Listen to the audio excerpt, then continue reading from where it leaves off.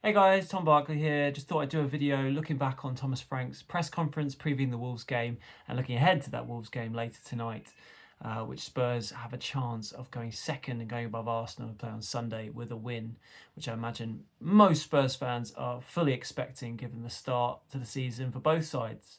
But let's just talk a bit about the press conference that Thomas Frank gave on Friday at Hotspur Way. And there are a few different topics. There's some injury updates, but the main talking point going into the press conference and during it was this Takeover Talk, which was actually a story in my paper from one of my colleagues, Martin Lipton, involving quite a colourful character, it seems. It's the American tech bro, as they call, as he's known. He used to be a DJ called Brooklyn ENIC, if I pronounced that right. The story was that he is interested in a takeover of Tottenham, a full takeover of Spurs, and that broke in Friday's paper, so obviously before the press conference, and a few developments on Friday. So Spurs to the stock exchange had to put a statement out regarding the interest from ENIC. The statement says the board of Tottenham Hotspur Limited is aware of recent media speculation and confirms that its majority shareholder ENIC Sports and Developments Holdings Limited has received and unequivocally rejected an informal expression of interest in relation to a proposal to acquire the entire issued and to be issued share capital of the club from a consortium led by Mr. Brooklyn ENIC. The board of the club and ENIC reconfirmed that Tottenham Hotspur is not for sale and ENIC is not looking to sell its stake in the club. So yeah, interesting to hear what they said off the back of this interest from ENIC. My colleague Martin is very much of the mind that that ENIC is likely to follow up his interest with a formal bid. Talk of £4.5 billion pounds, £3.3 billion for the club, and £1.2 billion towards the squad and various things. It's very exciting from Spurs fans' perspective. But as a comment we got from a source close to the Lewis family indicated, they're reiterating exactly what they've said throughout this whole process of them not wanting to sell. The quote that we got was, "This unsolicited and unnecessary interest does nothing to change the family's resolve and commitment to do whatever it takes to drive success on the pitch. The club is not for sale." So very much the same messaging. Eric's effectively got until October 24th to follow up his interest with a proper bid. So let's see what happens next. It's fascinating, isn't it? Because when Daniel Levy left, and there was this the talk of this alleged new era, as the source close to the Lewis family was suggesting it would be, because obviously ENIC are actually the longest serving owners in the Premier League, 25 years, but there's this sort of new era where Viv and Charlie Lewis, the children of former owner Joe Lewis, are now calling the shots and very much talking about it being a new era, as I said, and committed to the future, not wanting to sell the club. Cynics throughout that have always suggested that this is just what you would say before you sell the club, because you would basically be strengthening your negotiating position by insisting publicly that you're not looking to do it. But all I can say is when trying to speak to people about this, that has been the messaging that's happened throughout. So I guess it's up to Spurs fans to believe what they think, whether they think they're being very genuine in their commitment for the club going forward, that they want to be in it for the long term, or whether this is some sort of power play negotiating tactic regarding selling the club. And there are people out there who seem to think that way. Obviously, Eric, it's not fanciful. It's something that he's definitely and clearly has shown interest, because of that statement from Spurs to the stock exchange suggests that as it says there, an informal expression of interest in relation to the proposal to acquire the entire issued and to be issued share capital of the club. So that's the whole club. he has at least on an informal basis expressed his interest, and they've rejected it, and they don't plan on selling. But let's see what happens next, because as ever, like anything, like any property or business or any item, whatever, if someone comes along and offers you something that, you know, a fee you can't turn down, then maybe things change. I suppose if they did end up selling, people will argue that this was always the plan throughout. But whatever the truth about that, and whatever happens next, we wait to see. But what I can say is, you know, the messaging that's been repeated to me and clearly to others is that the club is not for sale from the owner's perspective. But let's see on that one. And I actually asked Frank, that kind of phrased it in that way in my questioning. If you've seen the embargoes section of the press conference, I said to Thomas, because he'd been asked a few questions already, I said, you know, the messaging has been that it's been not for sale this whole time. But as I just said there a minute ago, cynics might suggest that that would be a negotiating tactic ahead of actually selling the club. And he just said, and as I said, you know, from the conversations you've had with them, you know, how much do you get the sense that they are fully invested and genuine about wanting to be here for the long term? And he said, very, very invested, 120% committed, and not just committed for the future, but also in the way that they're wanting to build the club up. Talks about layer building, I think the phrase was, you know, not just going from 1 to 100, because that's just not possible to do, but to build it slowly and organically, I think the phrase was, which, to be honest, sounds a very sensible approach, particularly in the modern age of PSR. But yeah, let's see what happens from there. That was pretty much it from the takeover perspective, which kind of dominated the theme of the press conference, and probably most of the pieces you've seen off the back of that press conference will be related to that. So yeah, one to watch, I suppose. It'd be interesting to know your thoughts, guys. ENIC, obviously, the subject of a lot of frustration, anger, protest of late, but because Levy's gone, because it's allegedly a new era, has things changed? Do you sort of see it in a different light now? Are you happy for them to carry on, the Lewis family owning? I mean, obviously you've got no say in whether it happens or not, but would you be happy to keep them rather than going down a different direction, you know, best the devil you know kind of approach? What do you think on that front? Or do you like what you hear about Brooklyn ENIC and his 12 investor consortium? What do you think? Let me know, guys. So let's talk about a couple of other things. So mainly a few other topics came up. You know, I asked about Xavi Simons. I wouldn't say the answers were that interesting for Thomas. I think probably the other talking points are injury related, and specifically about Dominic Solanke. Solanke, it's a frustrating one, isn't it? I mean, when Frank first came in, he talked about Solanke in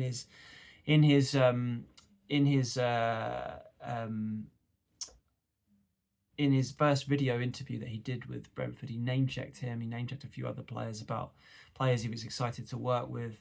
And, you know, Solanke came in for a lot of money last season. He obviously proved to be a very valued member of the squad who had big moments in the Europa League, scoring that penalty at Frankfurt, scoring again. He did score again against Spurs, I think, in the second leg. Yes, yeah, when Romero knocked it down, he finished that. So key goals, key contributions. But overall, I still think it's not like his season was disappointing, but for 65 million, I think it's fair to say fans are still hoping that he kicks on this season and goes to another level under Frank from what he showed in the first season. And if he can't, then that's when maybe questions over how much value for money Spurs got out of what is their record signing. And the biggest signing of any Premier League club last summer, 2 summers ago now.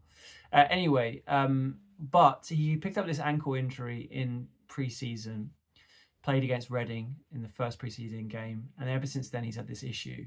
And he's had these moments where he's sort of come back to training and then not being able to train. So literally, was it last week? He was spotted when Bridgie of Sky was at the training ground, watching training, and you could see him doing individual training, and he'd been doing that apparently, according to Frank, for sort of 3-4 days. Then ahead of the Doncaster game, Frank actually revealed that he'd been doing team training, as had Kota Takai, and yet now he is not involved in the squad for Wolves. Frank's very much doesn't want to call it a setback at all, doesn't want to go down that route, and he keeps going down this line of suggesting nothing serious, nothing to worry about. He's very reticent, it seems, to on any injuries to give specific dates. I mean, even with THFC, who's clearly out for a long time. Yes, he said the other day that it's a good chance to be back before the end of the year. But that was as specific as he would be. Initially, when he was asked about them, he just said he's not fit for tomorrow, and then that's it. Which we already knew. He clearly doesn't like to go down that injury route. And I know Postecoglou had a lot of criticism for what he said about injuries when players. He said they'd be back and then they weren't. I think Frank's approach is actually quite similar to a lot of managers. They just don't go near it at all, and you're left completely none the wiser. So I do have some sympathy at times with Postecoglou over what he tried to do, and it ended up often blowing up in his face when players were actually ended up being out for longer. But with Solanke, Frank, it's a similar story actually to a few other injuries with Postecoglou. He keeps saying that he's not going to be long.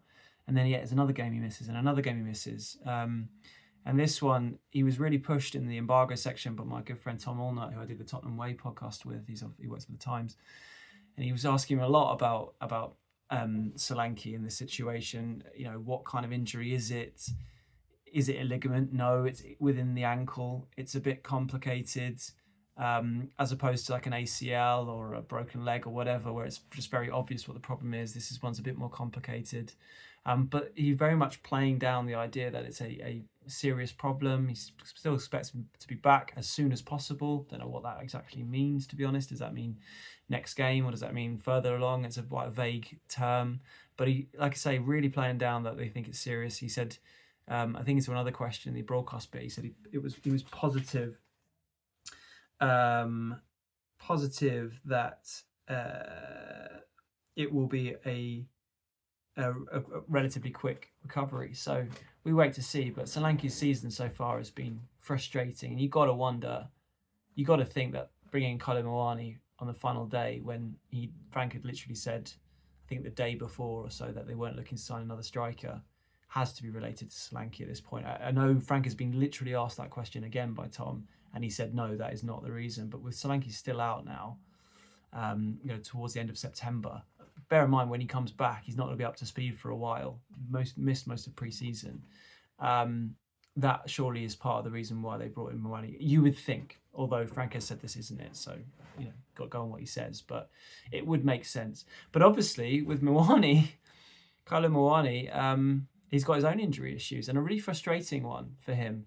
So he gave a bit more meat on the bones over what happened with Muani. So he obviously missed out last week with a dead leg, and I know dead leg is something that fans hear and they don't think of it as much. Shouldn't keep you out of a game, but you got to remember first of all, when it comes to illness, injuries, the impact on a professional player in the Premier League is going to be far more than obviously what we're used to doing on a Sunday league. Like, yeah, you can play with a cold. It's quite hard to do that for a lot of players at the top level with the sort of fine-tuned machines they are now in the Premier League. Anyway, dead leg, he was quite specific. He said it was a contact injury involving Pape Matar Sarr in training, and it's an annoying one because they thought he was getting better, but there's still bleeding, apparently. So that's what he means by dead leg. You get blood sort of in the tissue, hence a lot of bruising. It's not something that you can be over straight away sometimes. So he's going to be out against Wolves, but also he said with these kind of situations, they can take a couple of weeks. He wasn't saying it definitely will be a couple of weeks, but he was almost forewarning that it could be a while yet. So the striker that's been brought in potentially as to sort of mitigate Solanke's worries over Solanke, even though Frank directly said that wasn't the case. He's now injured. He's been injured himself, and he himself is going to take a while to get up to speed because he has barely played. Frank has already talked about how he's barely played during pre-season with PSG. So it's going to take a while, isn't it? I mean, personally, if you've got Kolo Muani in your fantasy football team, I'd probably be taking him out now because it's going to be a while till he's available. So what does this mean? It means they're without two strikers who potentially both could be vying to be number one there. And Richarlison is the only option, really. I mean, Matisse Tell, in the week, those misses that he had against Doncaster. There's no way really that he can be thought of as a sort of first choice option in the Premier League. Although maybe if he gets one, like I said in the review of Doncaster, he does need one to go in off his backside, and he may well be involved, albeit he can't be involved in Bodo because obviously not in the squad. But against Wolves, it'll be Richarlison's up top, won't it? And Richarlison, he's just a funny player, isn't he? He's, on his day when he plays really well, he's capable of fantastic things like that goal against Burnley. But I personally feel he needs to be more consistent to be right at the top level. And at his age, I don't think that's probably going to happen, really. But at home to Wolves, he's got to be sort of licking his lips and thinking about getting a couple of goals. I hope personally he doesn't get involved in any sort of brawl and any scraps. That seems to distract him at times. When he comes into sort of going down a bit too easily or arguing with other players. He's a player who likes to play on the edge. So I'm not saying take it out of his game completely, but hopefully he'll be more focused on scoring the goals, which will be which could be key to beating Wolves. On a couple of other injuries, just an update on Radu Dragozin. He obviously suffered that ACL in that Elfsborg game back in January. They knew pretty much straight away that's what it was. He's been out ever since. I understood that he was targeting an August comeback, but players are always more optimistic than the club over when they can come back. So it's proved. We're now September. He's been training on the grass, according to Frank, for 3 weeks or so, but he's still some weeks away before he'll be with the squad. So, for him, end of October looks more likely, maybe even more, to be honest. Which shows you why you can understand why Spurs were looking at another centre back in the summer, like Manuel Akanji, other players which didn't come off in the end. Particularly with Kota Takai still out as well. Obviously they signed in the summer and completely unproven in the Premier League anyway. So yeah, it's going to be a while still for Dragozin. So fingers crossed Romero and Van de Ven can keep up their impressive fitness. And actually on that point, just before I get on to a bit of Wolves and picking a team, he was asked again by Tom, some good questions by Tom about injuries, about the review over what Spurs are doing when it comes to dealing with injuries this season, because Frank's been at pains to talk about what the club went through last year. For whoever's fault it was, there were just clearly far too many injuries and they need to try and avoid that. And he said that he was pretty happy with what the results they've had so far, because whilst they've had injuries, there haven't really been any muscle injuries so far, which was there were so many of them last year, and often the root of more severe injuries, it seemed, you get that muscle injury and then other things follow after that. And they've done well to sort of avoid that so far. So when you think of Maddison, it's an ACL. You could argue that maybe Maddison's return could have been handled better. He seems he's just come back from injury and then he picks up an ACL. I'm not a doctor, but I can see why fans might be questioning that one. But Solanke, apparently it's from missing the ball in training. Second time he's done that. He obviously did that in January. He miskicked a ball. That's where it led to his knee injury. It kept him out for a couple of months. So frustrating from his perspective. But obviously Moani, that's a contact injury. That's just bad luck. And then that's mainly it. The other ones are long-term injuries, aren't they, from last season?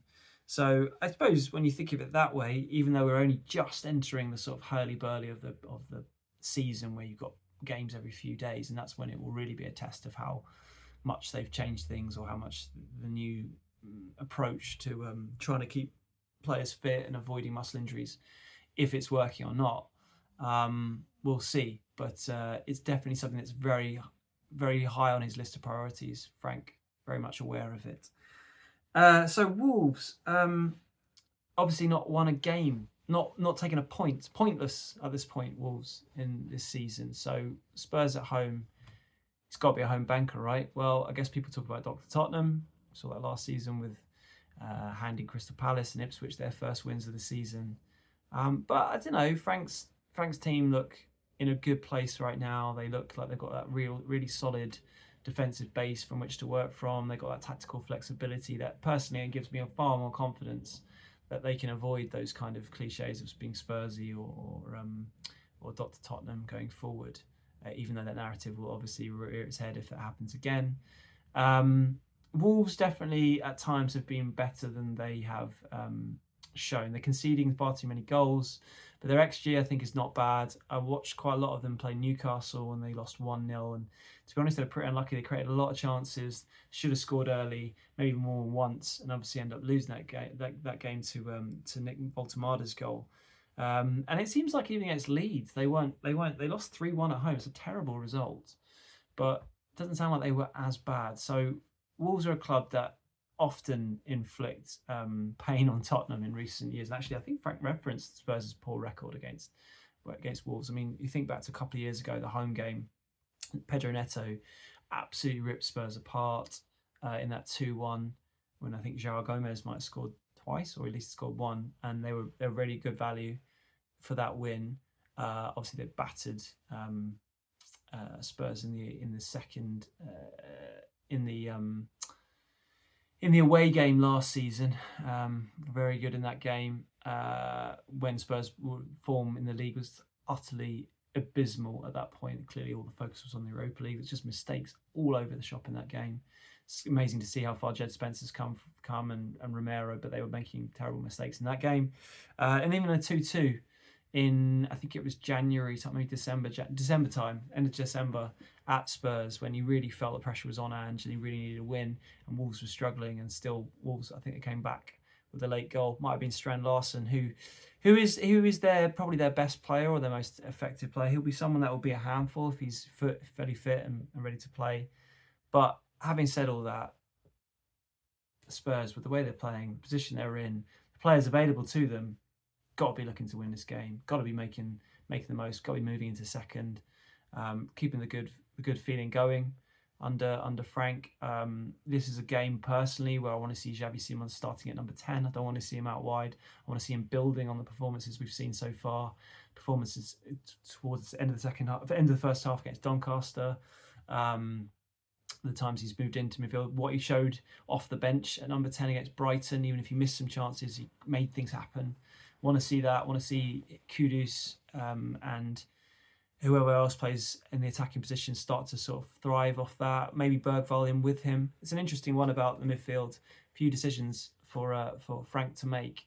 But this is a game where hopefully they can start to stamp their authority, because Frank has talked about this base that he has, from which he's worked his early, if not magic, then impressive results from, or got his early results from at Tottenham. This defensive solidity, this ability for set pieces, the marginal gains that come with it, the tactical flexibility, mixing it up.